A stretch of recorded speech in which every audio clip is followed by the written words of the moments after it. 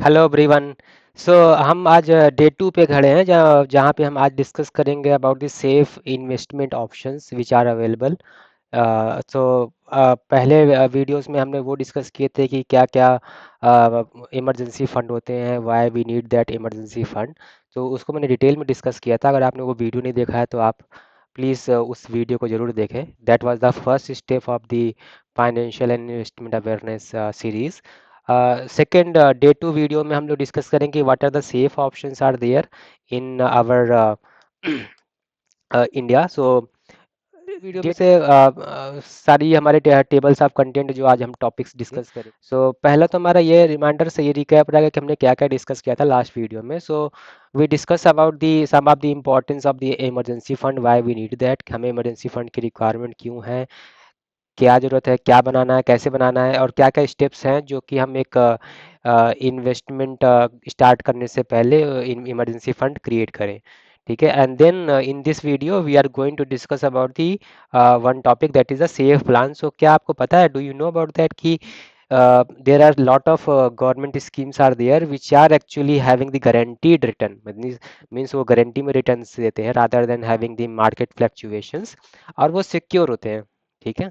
तो इस वीडियो में हम वही सारी चीज़ डिस्कस करेंगे, क्या क्या इन्वेस्टमेंट ऑप्शंस है। Sometimes no person are very much conscious that कि मुझे जो है सेफ इन्वेस्टमेंट ही करना है, मेरा पैसा या तो बढ़े या तो कांस्टेंट रहे पर घटे नहीं, और हमें बहुत डर लगता है पैसे घटने का, मार्केट बहुत ज़्यादा फ्लक्चुएट रहता है। तो उस केस में आप सेफर ऑप्शंस को भी चूज़ कर सकते हो। तो क्या क्या सेफर ऑप्शंस हैं अवेलेबल, लेट्स डिस्कस। सो पहले तो क्वेश्चन ये आता है कि हमें सेफ ऑप्शंस के अंदर जाना क्यों है, सेफ इन्वेस्टमेंट करना क्यों है। तो सेफ इन्वेस्टमेंट बेसिकली हमें एक कैपिटल प्रोटेक्शन प्रोवाइड करता है जिसमें हमारे पास रिस्क नहीं होता है पैसा खोने का। ठीक है। मार्केट क्या होता है कि गिरता है बढ़ता है, तो उसमें पैसा खोने के चांसेस होते हैं, बट जो हमारे पास सेफ इन्वेस्टमेंट होता है उसमें पैसे रिस्क फ्री होते हैं। ठीक है। एंड देन हमारे पास एक short term and medium term long term के गोल जो हमें बनाने हैं वो बना सकते हैं, फिक्स कर सकते हैं कि हमें ये फिक्स इनकम मिलेगी। रिटायरमेंट के भी कुछ कुछ प्लान्स होते हैं जो टैक्स सेविंग भी हमें हेल्प करते हैं, राइट।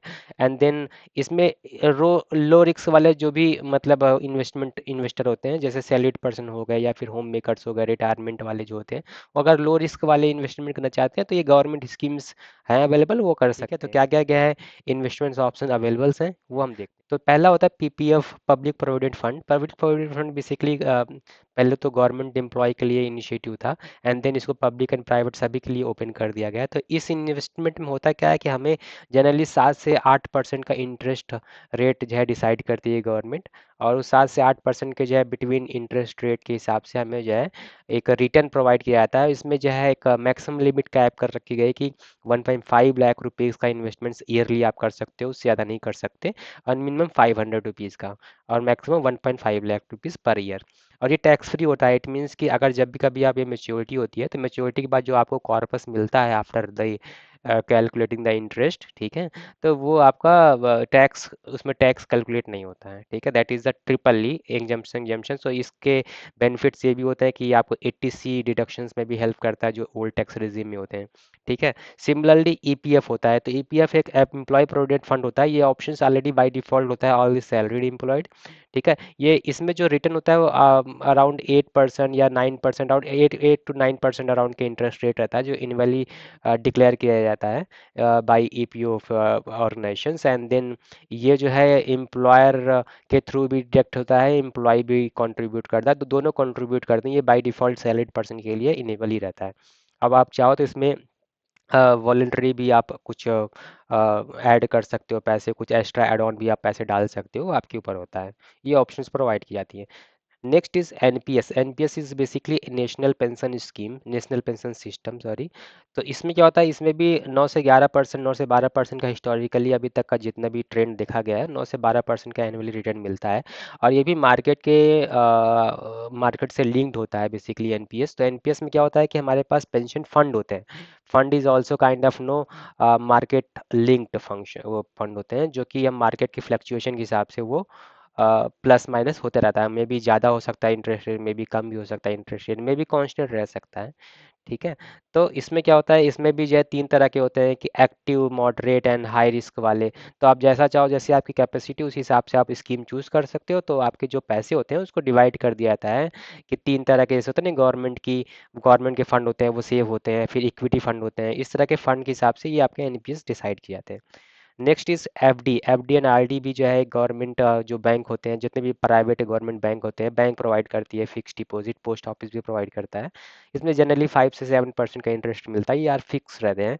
ये आप जब भी कभी आरडी एंड फिक्स डिपॉजिट करोगे तो उसमें आपको पता चल जाता है कि हाँ भाई मेरा कितना रेट ऑफ इंटरेस्ट मिलेगा एफडी पे। ठीक है। और ये भी आपका सेफर होता है। अटल पेंशन योजना, ये बेसिकली क्या होता है, कंट्रीब्यूशन जाता है हर ईयरली जाता है, क्वार्टरली भी जा सकता है, जैसा भी आप चाहो। तो ये क्या होता है कि गारंटी आपको पेंशन प्रोवाइड करता है after the 60 as.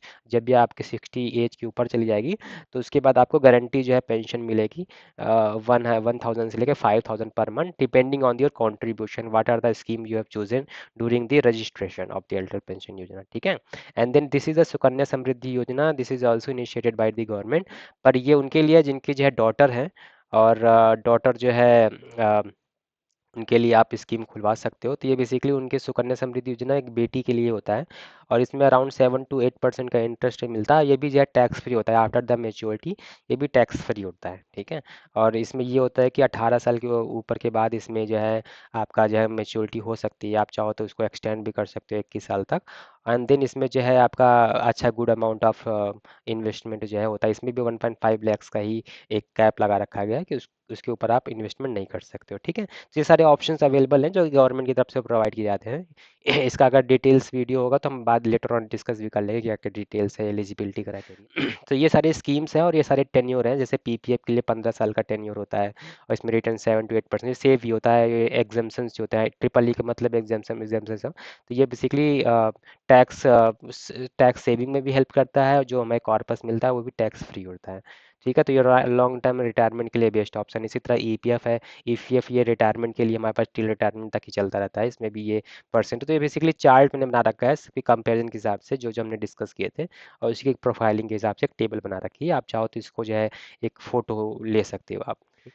And then फिर क्वेश्चन ये आता है कि how much we should invest to in the safe scheme. जो गवर्नमेंट स्कीम होती है उसमें हमें कितना इन्वेस्ट करना चाहिए। ठीक है। तो जैसे मान लीजिए कि आपका एज ग्रुप होता है, उसके हिसाब से क्राइटेरिया सेट किया जाता है। जैसे आपका एज है आपकी 30 ईयर्स लेस देन है, ठीक है, तो आप 40% आप जो है 30 से 40% आप सेफ, जो भी अमाउंट आप इन्वेस्ट करना चाहते हो उसमें से आप सेफ कैटेगरी में डाल सकते हो। रेस्ट आप चाहे 60% आप चाहो तो स्टॉक या म्यूचुअल फंड में भी डाल सकते हो। आप मिड एबल एज के हो, जैसे मतलब 30 से 45 साल के, तो आप 40 से 50% आप सेफ में डाल लो। क्योंकि जैसे जैसे एज बढ़ती जाएगी ना, वैसे वैसे हम सेफर में जाएंगे, राइट, सेफर साइड में जाएंगे रादर देन हम। क्योंकि जो भी हाई रिस्क वाले होते हैं या मॉडरेट रिस्क वाले होते हैं, स्टॉक या म्यूचुअल फंड, ये बेसिकली मार्केट लिंक्ड होते हैं, तो ये लॉन्ग टर्म में इम्पैक्ट, लॉन्ग टर्म में अच्छा इफेक्ट आता है। तो लॉन्ग टर्म तो हमारा जो अर्ली एज होता है उनके लिए ज़्यादा लॉन्ग टर्म के लिए इफेक्ट होता है, राइट। और अगर मान लो जैसे जैसे एज बढ़ती रहेगी उनके लिए लॉन्ग टर्म को तो ऑप्शंस रहता नहीं है ज़्यादातर। तो इसीलिए हम लोग वैसे वैसे हम लोग जो सेफर साइड है वो बढ़ाते रहेंगे। तो 40 से 50% आप सेफर साइड में डाल सकते हो for middle age, right, 30 to 40%, 45 age. और जो भी रिटायर्ड पर्सन होते हैं 60+ एज वाले, तो वो 70 to 80% जब भी पैसा उनके पास होता है वो इन्वेस्टमेंट आप सेफ साइड से करो। तो ये फॉर्मूला है, इस फार्मूला को जो है आप फॉलो भी कर सकते हो कि सेफ जितना भी परसेंटेज आप निकालना चाहते हो, वो एलोकेशन देखिए डिपेंड करता है कि आप कितना आप एज है ग्रुप, राइट। जब मान लो एग्जाम्पल 35 ईयर ओल्ड हो तो आप 35% ऑफ सेफ में डाल सकते हो। मान लो आप 40 ईयर के हो तो 40% आप सेफ में डाल सकते हो। ऐसे आप परसेंटेज ऑफ एलोकेशन सेफ में डाल सकते हो। ठीक है। तो ये step by steps actions plan है कि कैसे कैसे आपको ये एक्शंस आपको जो है परफॉर्म करने हैं। मान लो अगर आपको इसमें सेफ इन्वेस्टमेंट करना है, तो पहले तो आप अपना age group and risk level आप पहले चेक कर लो अपने एंड पे कि आपका एज ग्रुप कितना है और रिस्क लेवल कितना है। ठीक है। फिर आप कोई ना कोई स्कीम पकड़ लो, लाइक पीपीएफ या एनपीएस या एफडी पकड़ लीजिए, और उसमें जो है आप अपने एज के हिसाब से आप परसेंटेज डिसाइड कर लो कि कितना परसेंट आपको इन्वेस्टमेंट अमाउंट को आपको सेफ में डालना है। ठीक है। और चाहो तो आप ऑटोमेटिक सेविंग भी आप डाल सकते हो, इनेबल कर सकते हो। जैसे मान लो मंथली आप डिडक्शंस ऑटोमेटिक डिडक्ट होकर के वो एक तरह से सेफ अमाउंट में आपका कंट्रीब्यूट होता रहे। ठीक है।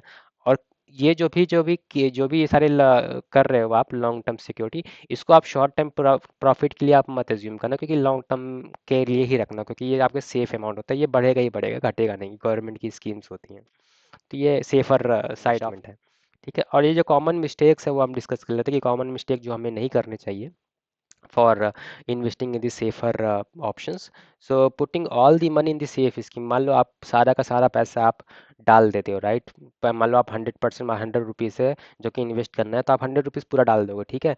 बट उससे आपकी वेल्थ नहीं बनेगी, आपकी वेल्थ ग्रो नहीं कर पाएगी। कि जैसे मान लो फॉर एग्जांपल आपने एफडी में डाल दिया 7% के हिसाब से, राइट, सारा का सारा पैसा। एफडी में 7% के हिसाब से पैसा बढ़ रहा है, पर आपका जो इन्फ्लेशन है वो 8%, 9% के हिसाब से बढ़ रहा है। तो आप देखो ना कि अगले 10 साल बाद जो पैसा आपका बढ़ेगा, वो पैसे की वैल्यू उतनी की उतनी ही रहेगी। ठीक है, क्योंकि इन्फ्लेशन इतना ज़्यादा बढ़ चुका होगा, तो वो पैसे की value time to time decrease करता रहेगा, उस हिसाब से नहीं बढ़ पाएगा, कंपटीट नहीं कर पाएगा मार्केट को, जिस हिसाब से आपका एफडी या बाकी सेफ के इन्वेस्टमेंट चलते। इसीलिए हमेशा जो है ज़्यादा सारा पैसा सेफ इन्वेस्टमेंट नहीं करना चाहिए। ठीक है, क्योंकि अगर आपको वेल्थ बनानी है तो सेफ इन्वेस्टमेंट एक तरह से फिक्स अमाउंट ऑफ रिटर्न देता है। ठीक है, और कभी भी जो है आप पीपीएफ या ईपीएफ को विड्रॉ मत करो, क्योंकि क्या होता है ना, ये लंबे समय तक रखने पे ही ये वेल्थ क्रिएट करते देता है। मतलब ये मल्टी एक कंपाउंडिंग की जो बेनिफिट्स होते हैं ना, वो लंबे समय तक रखने के बाद ही मिलते हैं। तो आप जल्दी से जल्दी या अर्ली विड्रॉ आप करने की कोशिश मत किया करो, ये सारे मिस्टेक्स हैं। और अगर आप चाहो कि मतलब इन्फ्लेशन को आप इग्नोर कर रहे हो ना, तो एफडी वो जो भी आप दे रहे हो ना, जो मैंने डिस्कस किया कि एफडी बेसिकली जो है इन्फ्लेशन से बहुत ज़्यादा कम देता है। इसीलिए एफडी का जो ग्रो है वो इन्फ्लेशन को बीट नहीं कर पाएगा। अगर आपको इन्फ्लेशन को बीट करना है, महंगाई को बीट करना है, तो उसके लिए आपको जो है कुछ पैसा जो है सेफ में और कुछ पैसा आपको रिस्क वाले में डालने पड़ेंगे, ताकि वो इन्फ्लेशन को बीट कर पाए। ठीक है, तो ये सारे मिस्टेक्स हैं। तो इस सेशन से हमने यह साइड डिस्कस किया कि जो भी गवर्नमेंट के फिक्स रिटर्न वाली स्कीम्स है वो क्या क्या है। There are lot of although options are available, but these are the major major point which I net.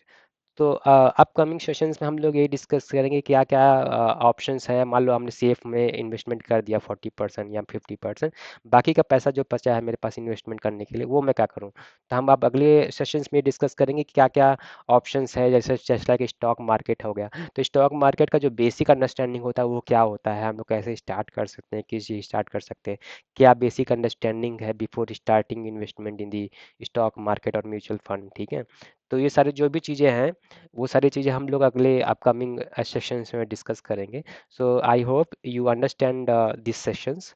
Thank you so much for watching this video. Thank you, bye bye.